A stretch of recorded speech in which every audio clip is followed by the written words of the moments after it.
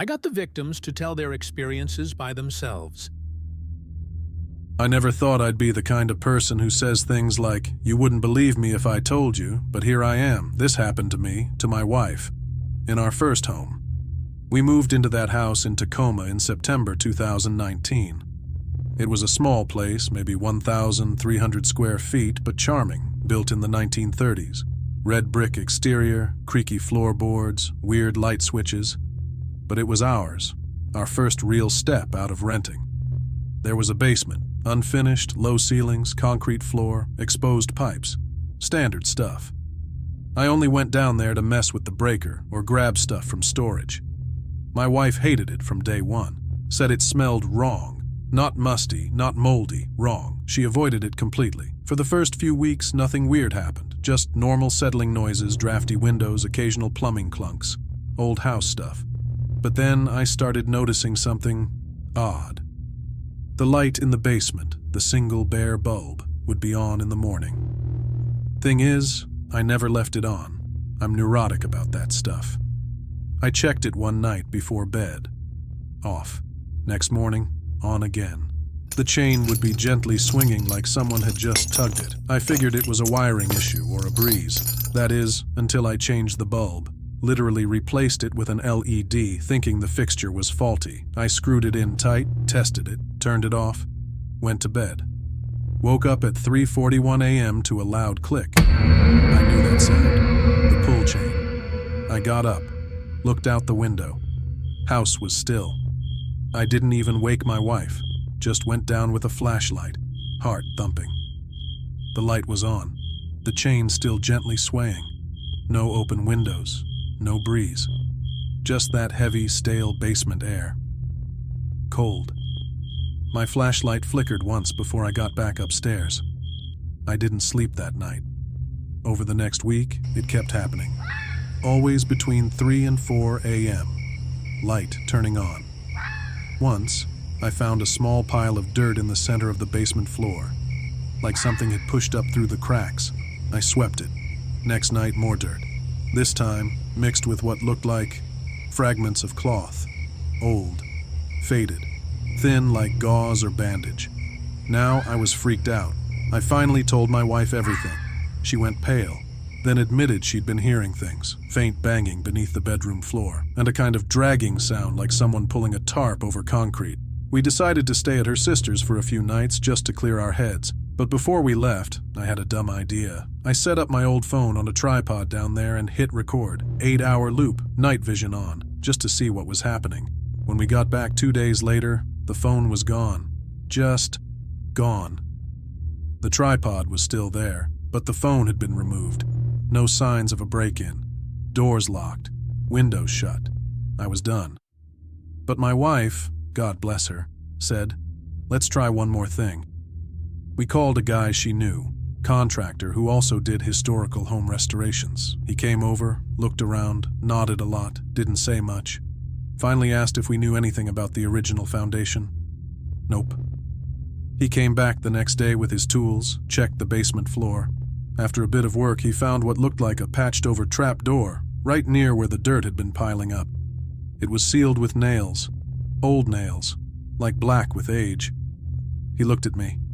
I looked at him, and like idiots, we opened it. Below the concrete slab was another room, a crawl space, almost, about 5 feet deep. Dirt floor, walls made of ancient brick, and in the center, a box.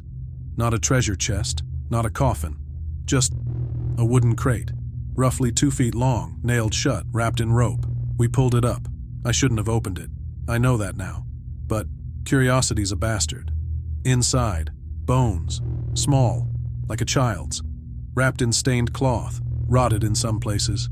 And under the bones, under that, were old newspaper clippings. Headlines like, "Missing Girl, 7, last seen 3 blocks from 3rd Avenue. Foul play suspected in string of disappearances, 1934. No leads in child murders, families demand answers. We called the cops. They took it seriously. Whole investigation, forensic teams, historical records. Turned out our house was once owned by a man named Walter Dyer. worked at the local cannery, never married, died in 1946. And according to what little info they had, Walter was a person of interest in the disappearances, but he was never arrested. They think he may have buried more beneath the foundation. They never found any more boxes, but I'll never forget the face of the officer who came up from that basement after they swept it. He just said, "You're lucky you moved when you did." We sold the house at a massive loss. Didn't care. Sometimes I still wake up around 3:40 a.m. for no reason at all. This happened in November 2023. I had just moved to Pittsburgh, Pennsylvania. Needed a fresh start, cheaper rent, and something to keep me away from the buzz of New York for a while. Ended up finding this older row house in Lawrenceville. Kind of beat up but charming. The kind of place that creaks when the wind picks up. Hardwood floors, narrow staircases, and yeah, a basement. The landlord was an older woman named Mrs. Conway. Nice enough. She lived in Florida now and rented the place out remotely. The only thing she told me during the lease signing was, "Don't worry about the basement. Just store stuff there. Don't go poking around." Didn't think much of it. The basement was unfinished. Cement floor, exposed pipes, and a faint smell of old metal.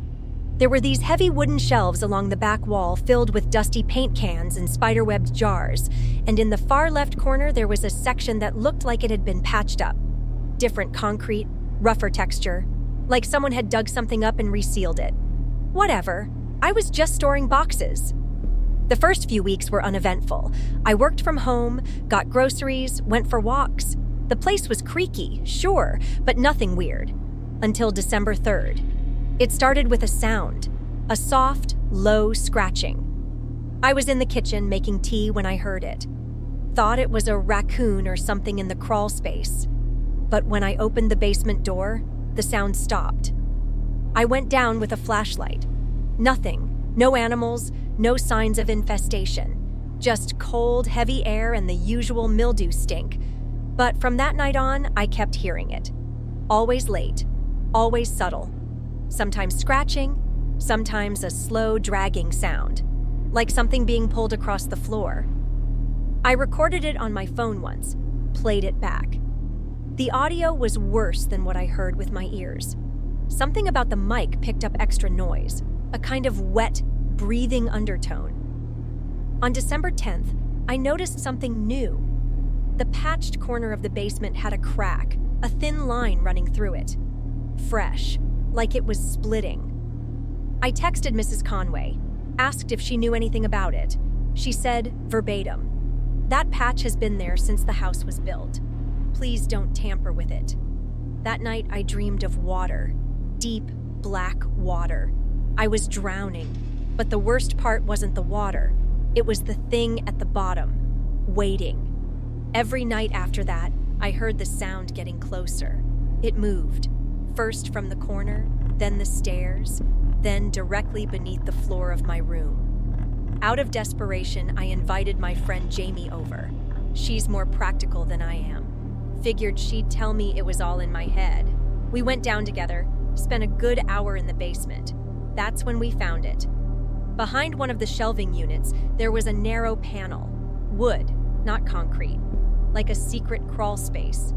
Old, brittle, and covered in dust. I pulled it off. Behind it, a narrow passageway. Crumbling brick walls. It reeked, like something long dead. We didn't go far, just enough to see the end. A single child-sized rocking chair, rocking by itself. We noped the hell out.